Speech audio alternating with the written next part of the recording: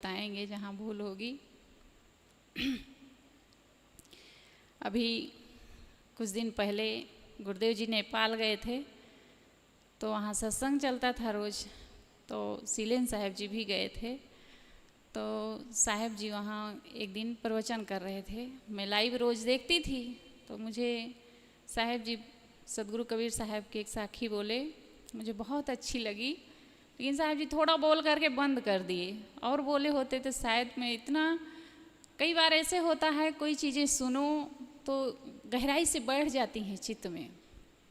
अब शायद उस समय चित्त एकाग्र रहता होगा, ऐसा महसूस होता है। नहीं तो कई बार सुनो तो लक्ष्य नहीं रहता, क्या होता है भूल जाते हैं जल्दी। लेकिन साहब जी बोल रहे थे तो मुझे बहुत अच्छा लग रहा था। थोड़ा ही बोले 5 मिनट, लेकिन मैं अच्छे से सुनी। साखी मुझे बहुत छू गई, थोड़ा बहुत अच्छा लगा। मन हो रहा था साहब और बोलते तो शायद मैं और कुछ सीखने को पा जाती। साहब जी वहाँ बोले थे, गांव ऊंचे पहाड़ पर औ मोटा की बाँ, कबीर अष्ट ठाकुर से ये उबरिए जाकी छाँ। गांव ऊंचे पहाड़ पर सदगुरु कबीर साहब जी कहते हैं कि जैसे कोई गांव हो और वो कहाँ हो, बहुत ऊंचे पर हो, पहाड़ पर हो, हम वहाँ जाना भी चाहते हैं। औ मोटा की वहाँ आगे कहते हैं साहब, उसमें क्या कह रहे हैं, और हम वहाँ जाना भी चाहते हैं। ऊंचाई पर है हमारा जो घर है, जहाँ हम जाना चाहते हैं, जो गांव है वो बहुत ऊंचाई पर है, हमें रास्ता भी मालूम नहीं है। तो उसके लिए हमें कोई जानकार व्यक्ति का सहारा पकड़ना होगा, जो जानता हो, मजबूत हो। मोटा की बाँ, मोटा शब्द गुजराती शब्द है। इससे पता चलता है कि सदगुरु कबीर साहब गुजरात गए थे, तभी गुजराती शब्द ले लिए मोटा। मोटा मतलब बड़ा, श्रेष्ठ, बड़े को कहते हैं मोटा।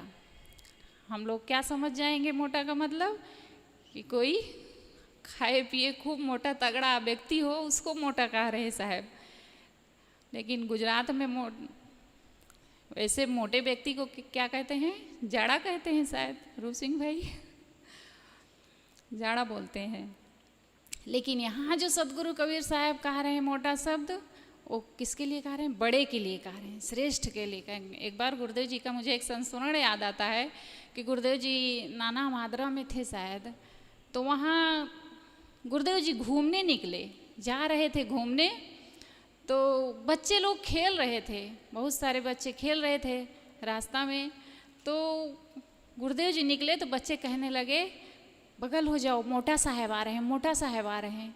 तो गुरुदेव जी को लगा कि मुझे ही कह रहे हैं, मैं तो मोटा नहीं हूँ, तो मुझे कह रहे हैं मोटा साहब आ रहे हैं। गुरुदेव जी कहने लगे कि बच्चे से कह रहे थे। तो कोई भक्त बताए वहाँ के कि नहीं साहब जी, मोटा कहते हैं बड़े को, यानी बड़े साहब आ रहे हैं। तब तो गुरुदेव जी को लगा कि अच्छा, नहीं समझ पाया था मैं। तो कबीर साहब कहते हैं कि गांव ऊंचे पहाड़ पर, जो हमारा शांति रूपी घर है, जो हमारा लक्ष्य है, मोक्ष स्थिति है, स्वरूप स्थिति है, वो कहाँ है, बहुत ऊंचाई पर है। और हम वहाँ जाना भी चाहते हैं, हम सब चाहते हैं, हमारे सब के मन में रहता है कि हमें शांति मिले, हमारा कल्याण हो, हमारा उद्धार हो, हम सब चाहते हैं। और अगर चाहते हैं कि हमारा कल्याण हो, हमारा उद्धार हो, तो क्या कह रहे हैं साहब, ओ मोटा की बाँ, मतलब मोटे की शरण लो, उन सच्चे सदगुरु की शरण लो, जिसकी छत्र छाया में रह करके तुम्हारा कल्याण हो, उद्धार हो। ऐसे व्यक्ति की शरण लो, ऐसे संत गुरुजनों के पास जाओ। लेकिन हम लोग क्या करते हैं, ऐसे सदगुरु के पास रहना नहीं चाहते हैं। क्यों? क्योंकि सदगुरु कबीर साहब जी ने और भी कहा है कि हम लोगों का जो मन है वो क्या है, जुआ के समान व्यसनी हो गया है, आदत बनी हुई है, गलत गलत आदतें बनी हुई हैं हमारे पास। हम उनके पास रहना नहीं चाहते। क्या कहते हैं साहब, गुर की भेली जीव डरे, काया सींचन हार, कुमति कमाई मन बसे, लाग जुआ की लार। साहब कहते हैं कि गुरु की भेली, गुरु के पास रहने से, उनके सच्चे उपदेशों से हमारा मन जो है वो डरता है। क्यों? क्योंकि हम भोगों के आदी बन गए हैं, आदतों के गुलाम बने हुए हैं, मन इंद्रियों के गुलाम बने हुए हैं। हम उनको छोड़ना नहीं चाहते। होना था कि आदतें हमारी गुलाम बनती, लेकिन उल्टा हो गया है, हम सब आदतों के गुलाम बन गए हैं। जैसे कोई मालिक हो, हमारे ऊपर अपना कब्जा जमा करके रखे, हम जो चाहे वो मुझसे करवाए। जो चाहता है, हम कहीं किसी की नौकरी करते हैं तो क्या होता है, मालिक जो चाहता है वो मुझसे करवाता है। लेकिन हम लोग इतने निकृष्ट हो गए हैं कि हम ही उनके आदी बने हुए हैं। जैसे आदतें चाहती हैं वैसे हमसे करवाती हैं। मन जो चाहता है वो मुझसे करवा लेता है। जो चाहता है वो सोचता है, जो चाहता है वो करता है, जो चाहता है वो खाता है, पीता है। जो चाहता है मन हमसे वही करवाता रहता है। अगर हम इन आदतों को मिटा करके, उनको दबा करके, उनको अपने गुलाम बना लेते तो हम सर्वश्रेष्ठ हो जाते, महान हो जाते। लेकिन हम आदतों के गुलाम बने हुए हैं और ये आदतें हमें बार बार अपनी ओर खींच लेती हैं, नीचे की ओर ले जाती हैं, ढकेल देती हैं और हम उन्हीं में बार बार फिसल जाते हैं। कैसे? जैसे जुआ खेलने वाला बेचनी। हम सब जानते हैं युधिष्ठिर की कहानी कि जुआ में हार गए थे सब कुछ। लोग उनको फिर रोकते हैं कि अब मत खेलिए, लेकिन दोबारा फिर खेलने चले जाते हैं और क्या होता है उसका परिणाम हम सब जानते हैं कि कितनी दुर्दशा होती है उनके जीवन में। तो ऐसे जुआ खेलने के समान हम सब भी अपने आदतों के गुलाम बने हुए हैं और वो आदतें हमें आगे नहीं बढ़ने देती। गुरु की भेली जीव डरे, काया सींचन हार, कुमति कमाई मन बसे, लाग जुआ की लार। हम सब उन्हीं आदतों के बस होकर के नाचते रहते हैं, ऊपर नहीं उठ पाते हैं। साहब कहते हैं कि इन आदतों को तुम अपने बस में करो, उनको तुम जैसा चाहो वैसा अपने आप को चलाओ, तब तुम्हारा उद्धार होगा। साहब कहते हैं कि गांव ऊंचे पहाड़ पर, हम सब की स्थिति कहाँ है, हम सब का लक्ष्य क्या है, बहुत ऊंचाई पर है। हम सबको उस रास्ते पर चलना है तो बहुत ही सावधानी पूर्वक, सजगता पूर्वक सदगुरु का सानिध्य लेकर के, उनका सहारा लेकर के, उनकी शरण में रह करके, सेवा भक्ति करके तब हम अपना उद्धार कर सकते हैं, अपना कल्याण कर सकते हैं। गुरुदेव जी का एक संस्मरण और हमें याद आता है कि गुरुदेव जी की एक मित्र थे, वो भी संत हो गए थे। तो गुरुदेव जी के साथ रहते नहीं थे, वो अलग संत थे। तो गुरुदेव जी से कहे, हम गुरु से चोटी थोड़े कटाए हैं, यानी कि हम उनके इतना हम अधीन नहीं रहेंगे कि गुरु की शरण में रह करके वो जैसा चाहे हमसे करवाएं। गुरुदेव जी कहे ठीक है, कोई बात नहीं है। वो अपना अलग स्वतंत्र घूमते थे। एक बार गुरुदेव जी जहाँ थे वहीं वो भी आ गए, गोंडा जिला में कहीं थे, आ गए गुरुदेव जी के पास। अब गुरुदेव जी को देखे कि अपने गुरु जी की सेवा में लगे हैं तो बुलाए, कहे इधर आओ, आपसे बात करना है। आप तो चोटी कटाए घूम रहे हो गुरु के।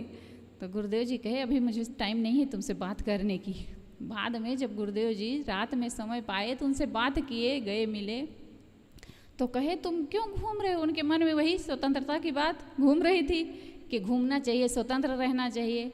गुरुदेव जी ने कहा गुरु की शरण में रहना गुलामी नहीं है, गुरु की शरण में गुलामी नहीं, यही सच्ची स्वतंत्रता है। हम गुरुदेव जी की शरण में रहते हैं, किस चीज़ का हमें चिंता, न खाने की न पीने की। गुरुदेव जी पूरी चिंता करते हैं, इनको क्या खिलाना है, क्या पिलाना है, कैसे रहेंगे, क्या होगा, पूरा भार तो गुरुदेव जी लिए हैं हमारा। लेकिन फिर भी हम लोग आदतों के बस होकर के, मन के गुलाम होकर के रहना नहीं चाहते हैं गुरु की शरण में। उनकी शरण में रहना उनको बड़ी तौहीनी लगती है। हम इनके अधीन रहें, ये जैसे चाहें हमसे करवाएं, इतना भीतर अहंकार हमारे भरा हुआ है। उस अहंकार को अगर हमें मारना है, ऊंचाई पर चढ़ना है, तो हमें सदगुरु की शरण लेनी पड़ेगी, उनका सहारा हमें पकड़ना पड़ेगा, क्योंकि वहीं रह करके हम अपना कल्याण कर सकते हैं। हम जीवन भर आदतों के गुलाम बने बिके हुए हैं, जहाँ चाहते हैं ये आदतें हमें नचा रही हैं। सदगुरु विशाल देव जी ने कहा है, बिके बिना नहीं बाँची हो, चाहे जहाँ बिकाओ, गुरु के बिके बिकन मिटे, जग के बिके बिकाओ। क्या कहते हैं साहब? बिके बिना नहीं, तुम्हें बिकना तो पड़ेगा, चाहे मन के गुलामी करो, बिको, अपनी मन इंद्रियों के बिके रहो, और चाहे गुरु की शरण में रह करके, उनके सानिध्य में रह करके, उनकी साधना, उनके पास रह करके, सेवा स्वाध्याय करके अपने आप को संभालो। लेकिन बिकना तो तुम्हें पड़ेगा, चाहे जहाँ बिकाओ। गुरु के बिके बिकन मिटे। अगर गुरु के बिक गए तो संसार में जो भटक रहे हैं अनादिकाल से, ये तुम्हारा भटकना बंद हो जाएगा। जो दुखों में पड़े हो, इन दुखों से तुम्हें मुक्ति मिल जाएगी। साहब कहते हैं, जग गुरु के बिके बिकन मिटे, जग के बिके बिकाओ। अगर संसार में गुरु के अगर नहीं बिके तो पूरा जीवन संसार में तुम बिकते रहोगे। इससे कभी तुम मुक्ति नहीं पा सकते हो, दुखों से कभी छुटकारा नहीं पा सकते हो। हमें बिकना तो पड़ेगा। तो हम सब उन संत गुरुजनों की सहारा लें, उनके सानिध्य लें। साहब और भी बीजक में कहा है कि, नहीं याद आ रहा, ऐसे सदगुरु के सानिध्य में रहो कि जहाँ पर रह करके तुम्हारा उद्धार हो, कल्याण हो, तभी तुम्हारा कल्याण होगा।